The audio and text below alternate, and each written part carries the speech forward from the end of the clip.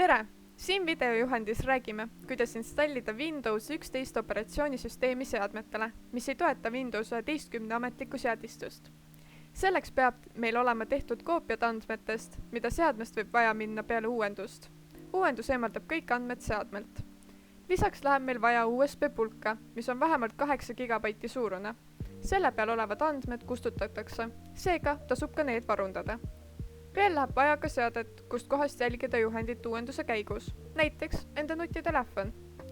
Esimese asjana tasuks kontrollida, mis Windowsi versioon teil on, vaadates seda seaded, süsteem, teave. Seal on näha näiteks Windows 10 Pro.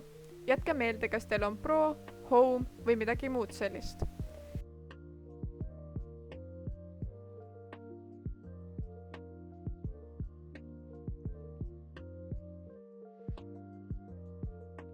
Nüüd võime selle sulgeda ja hakata alla tõmbama vajalikke faile. Esiteks tõmbame alla Windows 11 uuenduse faili. Selleks läheme esimesele lingile, mille leiab video all olevast kirjeldusest või PDF-faili juhendist, mis on samuti videokirjelduses. Valige jaotis, laadi alla Windows 11 kettapilt ISO X64 seadmetele.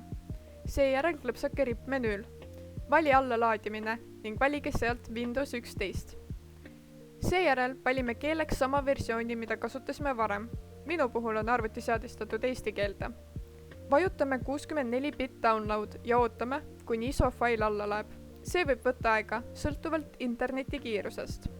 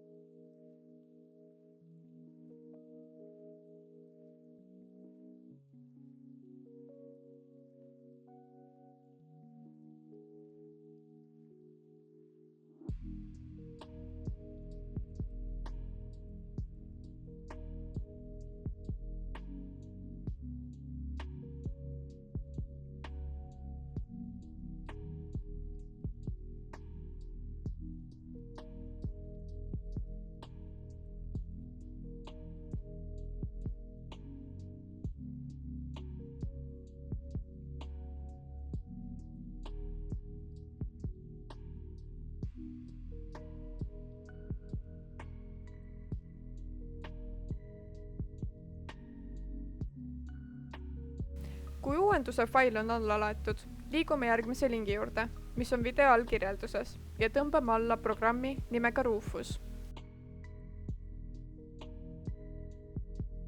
Selleks valime allalaadimise alt linnukese faili, mille kõrval on Portable, vajutades selle faili nime peale. Kui Rufus on alla laetud, avame selle oma allalaadimiste kaustast. Kui Windows küsib, kas lubada muudatusi, vajutame Yes. Nüüd sisestame USB-pulga arvutisse. Tuletame meelde, et kõik andmed USB-pulgalt kustutatakse. Rufuse aknas veendume, et device all on valitud õige USB-pulk. Boot selectioni juures vajutame Select ja otsime üles Windows 11 ISO faili, mille me alla laadisime. Kui ISO on valitud, vajutame Start. Ette tuleb lisavalikutega ake. Valime bypass variandid, et eemaldada TPM ja muud nõuded. See on oluline, kuna meie seade ei toeta Windows 11 ametlikult. Siia tehke linnuk ainult siis, kui te soovite bypassida ka Microsofti konto tegemist. Ehk te ei soovi endale Microsofti kontot luua. Vajutame OK ja ootame, kuni Rufus lõpetab. USB-pulka ei tohi protsessi ajal eemaldada.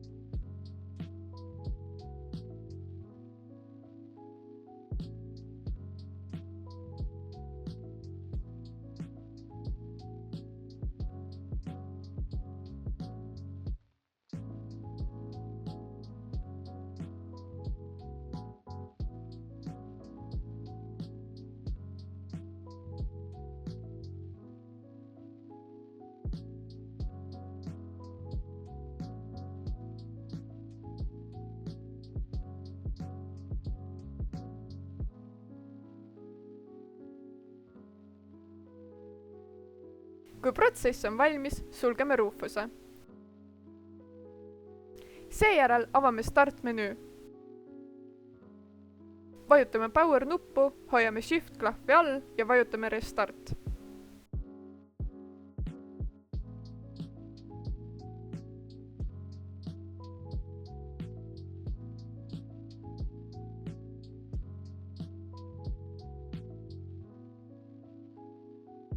Avaneb sinine menüü.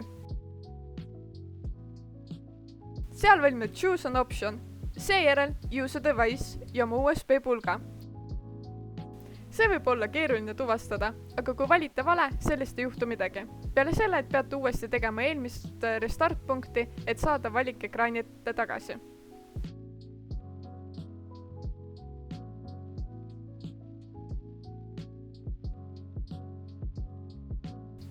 Kui küsitakse kinnitust, valime ei ja liigume edasi. Seejärel avaneb tavaline Windows installer. Keeleks jätame vaikimise eesti, kui sooli eesti keeles. Eestikeelsel failil ei saa valida muud keelt. Valime install Windows 11 ja paneme linnukese I agree'le.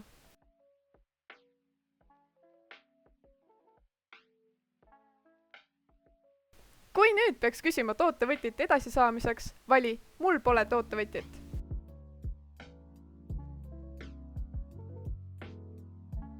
Kui peaks küsima, millist versiooni sa soovid, vali see versioon, mille sa alguses enda endisest Windowsist nägid. Näiteks Home, mitte valida versioon, mis lõpeb tähega N.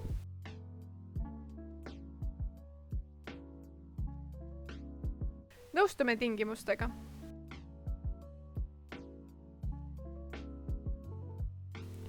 Kui jõuame ketaste valikusse, valime oma põhiketta, enamasti ketas 0. Tavaliselt on see, millel on mitu partitsiooni.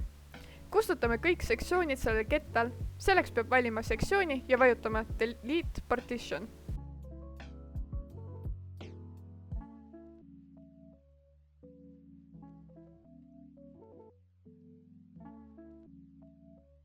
Kui alles jääb ainult jaotamata maht, valime selle ja vajutame edasi.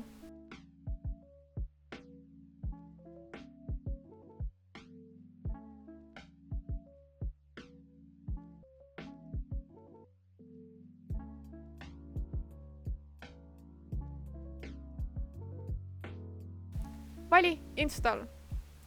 Install algab. Arvuti teeb mitu restarti ja see on normaalne. USB pulka veel välja ei võta.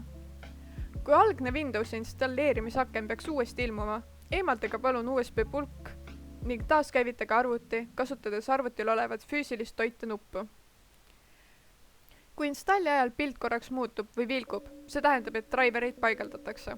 Midagi katki ei ole.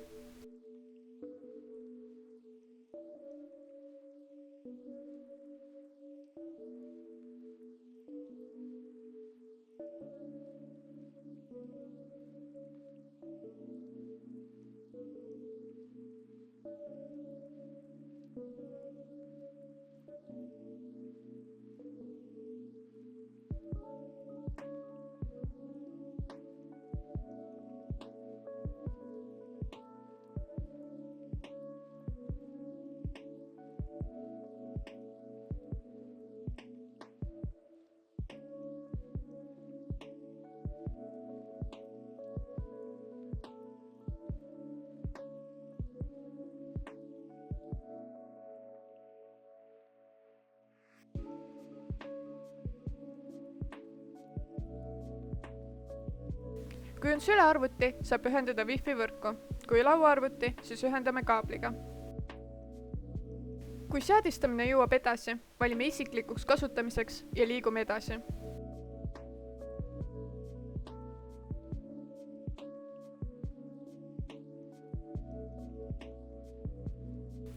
Microsofti konto osas on soovitatav sisse logida olemasoleva kontoga või teha uus tavakasutaja konto.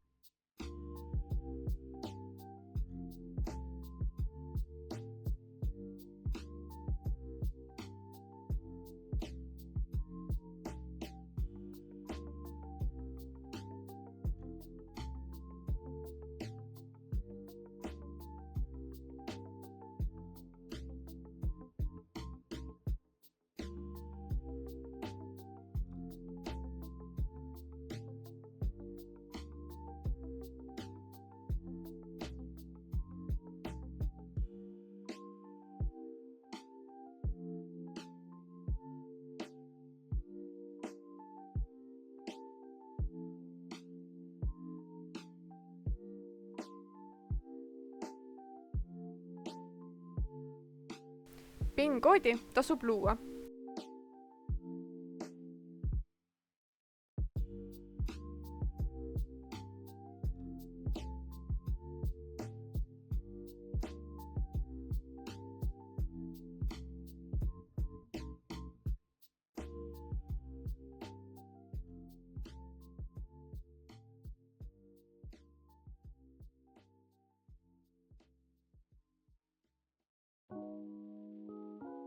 Privaatsuse seadetes soovitame valida minimaalsed õigused, et taustal vähem asju töötaks ja ei annaks enda andmeid liigselt põhjuseta ära.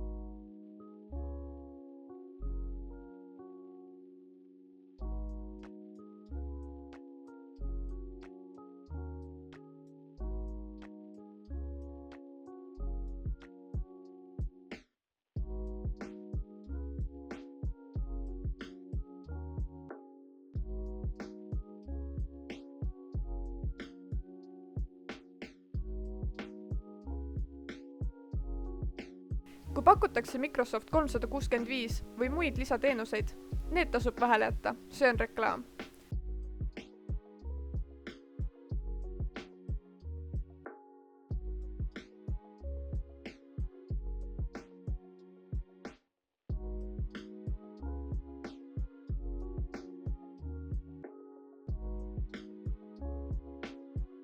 Kui jõuame töölauale, avame seaded, otsides all olevast uuest otsingust seaded ja lähme Windowsi uuenduste alla valides Windows, Update'i, sätted. Laseme kõik uuendused ära teha, vajutades laadige alla ja installige kõik.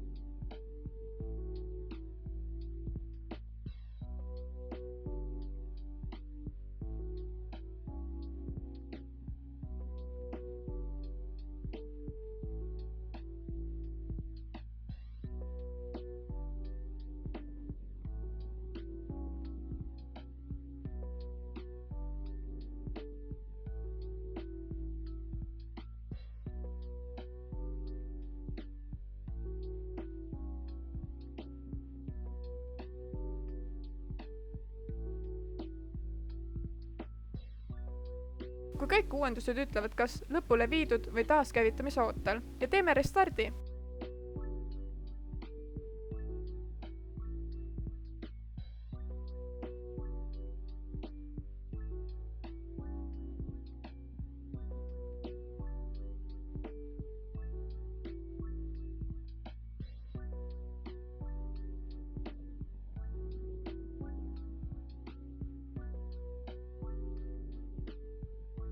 Kui kõik uuendused ja restart on tehtud ning süsteem töötab, on Windows 11 valmis kasutamiseks. Lõpuks võime USB pulga eemaldada või selle uuesti ära taastada, et seda tavakasutuseks edasi kasutada.